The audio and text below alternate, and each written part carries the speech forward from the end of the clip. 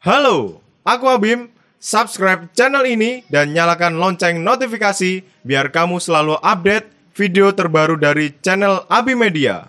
Terima kasih. Oke, jadi di video kali ini aku akan bahas tentang stigma gondrong. Jadi banyak banget teman-teman yang cerita di grup atau DM di Instagram aku, komen di YouTube, mereka itu banyak yang bilang kalau gondrong itu stigmanya negatif. Mungkin di gondrong itu dicap sebagai jambret lah, pencuri lah, terus penjahat lah gitu. Dan ternyata ini ada sejarahnya. Jadi ini aku mendapatkan artikel atau berita dari Kumparan. Itu beritanya singkatnya seperti ini, jadi akan aku bacakan. Pada masa Orde Baru, tepatnya sekitar tahun 1960 sampai 1970-an, cap gondrong adalah kriminal disuarakan melalui media massa, televisi, dan film pada awal 1970-an. Film-film di masa itu kerap menggambarkan penjahat dengan ciri-ciri khas berambut gondrong, serta pemberitaan dan kartun di koran-koran pun menstigma gondrong adalah penjahat.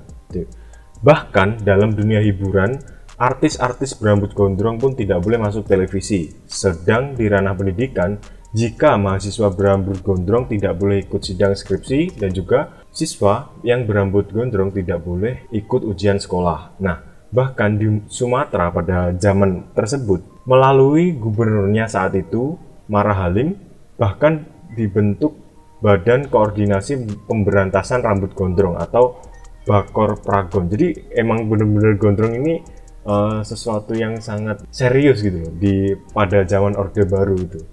Nah, lebih parahnya lagi, masyarakat pun tak boleh mengurus KTP dalam keadaan berambut gondrong.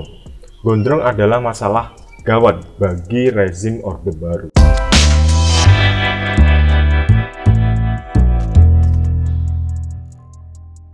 Beritanya seperti itu yang aku baca di Kumparan. Nah, ternyata stigma gondrong, stigma negatif gondrong itu sudah melekat atau ditanamkan sejak zaman Orde Baru atau kepemimpinan Presiden Soeharto gitu. Nah, jadi pada saat itu emang digembar-gemborkan bahwa gondrong itu penjahat lah, gondrong itu cerminan dari A, cerminan dari B, dan sesuatu yang negatif. Bedanya di aku tidak merasakan hal tersebut. Masalahnya gitu, masalahnya aku tidak merasakan hal tersebut ketika ada teman yang bilang, "Bang, gondrong itu kan identik dengan jambret, identik dengan penjahat."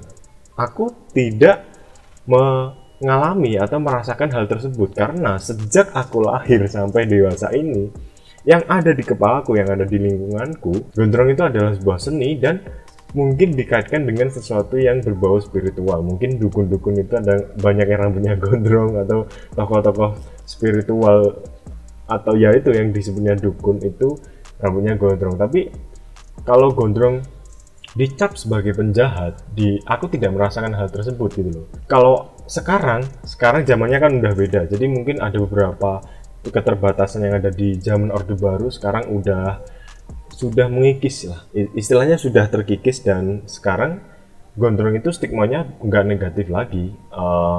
Kalau bagiku gondrong itu adalah sebuah seni, dan ya udah, sesimpel itu, sebuah seni memanjangkan rambut. Atau kebanyakan teman-teman seniman itu rambutnya pada gondrong, mencerminkan kebebasan, dalam arti kebebasan berpendapat dan juga kebebasan dalam berekspresi, berpakaian maupun berdandan. Nah, dalam arti berdandan itu memanjangkan rambut. Nah, jadi seperti itu. Mungkin kalian bisa tulis di komentar, kalian dari daerah mana aja yang mengalami bahwa stigma gondrong itu stigma yang negatif, atau stigma jambret lah, penjahat lah, dan lain-lain. Itu di daerah mana aja. Soalnya di daerahku gondrong itu sudah bergeser itu maknanya. Jadi maknanya ya kalau nggak seniman, anak senja gitu loh. Kan banyak ya sekarang gondrong itu dikaitkan dengan senja, atau anak-anak senja, anak-anak kopi gitu. Dan maknanya emang sudah bergeser ke arah situ, dan sudah nggak melekat maknanya dengan cap yang dikasihkan di zaman Orde Baru dulu, ya, seperti berita yang ada di Kumparan. Nanti akan aku taruh linknya di deskripsi, kalian baca aja sampai selesai, hitung-hitung tambah wawasan. Stigmanya sudah bergeser. Kalau menurut aku, gondrong itu adalah sebuah seni. That's it, ya udah, sesimpel itu. Nah, menurut kalian gimana? Gondrong itu seperti apa?